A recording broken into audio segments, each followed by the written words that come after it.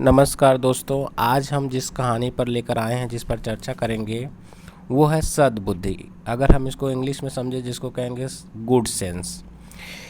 इसको पर हम चर्चा करेंगे और देखेंगे कि क्या अंतर है, कैसे कब हम इंसान को या प्राणी को प्राणी कह सकते हैं और किस तरह से वो बुद्धि व्यवहार करे तभी उसे प्राणी कह सकते हैं, अन्यथा वो उसको हम जानवर की कैटेगरी में रख सकते हैं या जानवर की श्रेणी में रख सकते हैं। तो इंसान होने के कुछ गुण होते हैं जिसे हम सद्बुद्धि कहते हैं या गुड सेंस कहते हैं। आज इसको समझेंगे, पढ़ेंगे और थोड़ा अपने आप को ऊर्जावान फील करेंगे। धरती पर जितने भी प्राणी हैं उनको दो रूपों में बांटा जा सकता है। एक वे जिनके लिए विचार पूर्वक कर्म संभव है जी, और दूसरे वे जिनके लिए विचारहीन भोग का ही महत्व है। सही बात है, इंसान है वो विचार करता है, उस हिसाब से कर्म करता है, जबकि दूसरे जीव हैं उनके पास विचार या सोचने समझने की क्षमता जो है वो कम होती है। ठीक है, मनुष्य प्रथम प्रकार की श्रेणी में आता है, वहीं मनुष्य से इतर प्राणी दूसरी श्रेणी के अंतर्गत रखे जा सकते हैं। मनुष्य विचार पूर्ण कर्म के द्वारा सभी प्रकार की उन्नति कर सकता है। शेष प्राणियों के लिए पूर्व निर्धारित जीवन को जीना उनकी व्यवस्था है। एकदम सही बात है। इंसान अपने कर्मों के द्वारा अपने जीने के रहने के शैली को परिवर्तित कर सकता है, जबकि जो जानवर हैं उनके लिए जैसा निर्धारित है वो उसी तरह से ही जीवन यापन करने के लिए मजबूर हैं या विवश हैं। क्योंकि वो हमारी तरह से कर्म करके अपनी चीज़ों को या अपने रास्ते को बदल नहीं सकते हैं। उनके लिए वो जिस अवस्था में पैदा हो गए हैं उनको उसी अवस्था में जीवित रहना उनकी मजबूरी है, जबकि इंसान अपने कर्म के द्वारा अपने जगह को, अपनी चीज़ों को बदल सकता है। वस्तुतः मनुष्य सद्बुद्धि संपन्न प्राणी है।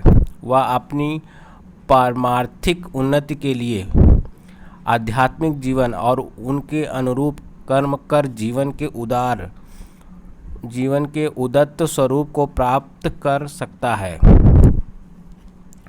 इसके विपरीत पशु मात्र स्वार्थ पूर्ति हेतु ही कर्म करते हैं। अपनी इसी सात्विक बुद्धि संपन्नता के कारण मनुष्य पशुओं से श्रेष्ठ हो जाता है जी।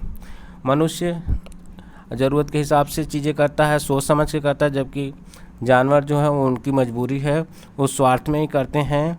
उनको भोजन चाहिए तो वो भोजन की तलाश में काम करेंगे। सात्विक बुद्धि की प्राप्ति के लिए सत्य विद्या का अध्ययन आवश्यक है। सत्य विद्या का मतलब अच्छा विद्या का अध्ययन करके ही हम सात्विक बुद्धि की प्राप्त कर सकते हैं, अच्छी बुद्धि की प्राप्त कर सकते हैं। इसके साथ तप का पालन और मन में दान का भाव आवश्यक हो जाता है।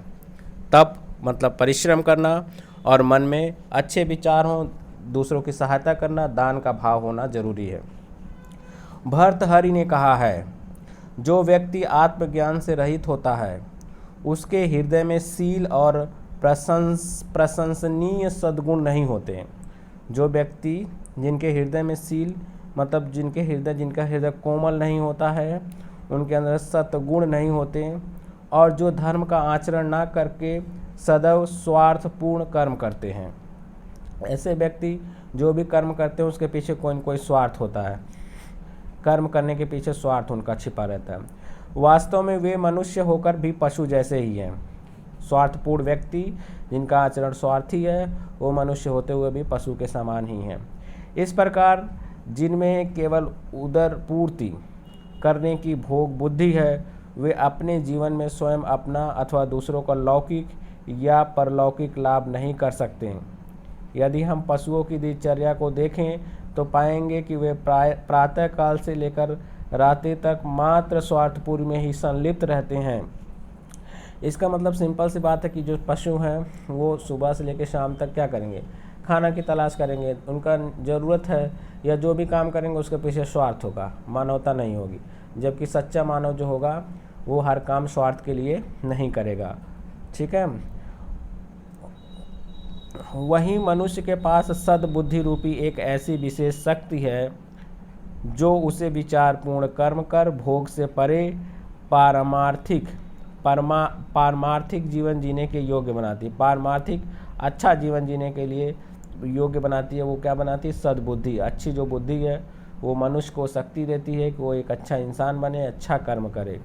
इस प्रकार भोग परायण बुद्धि और कर्म परायण बुद्धि का अंतर ही पशु है। जो भोग करे, जो इसलिए जिए कि मैं खुशियों में, सुख सुविधाओं में जिंदा रहूं, वो पशु के समान है।